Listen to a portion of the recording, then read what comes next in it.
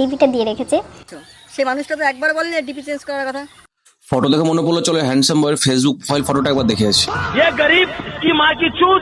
মানে Facebook profile ফটোটা দেখে আমার একটা কথা মনে পড়লো, শান্তির ছেলে শোলের বাচ্চা বোকা চন্দ্র, তোর দেহে মিলতাছে না আমার কবিতার কোনো ছন্দ।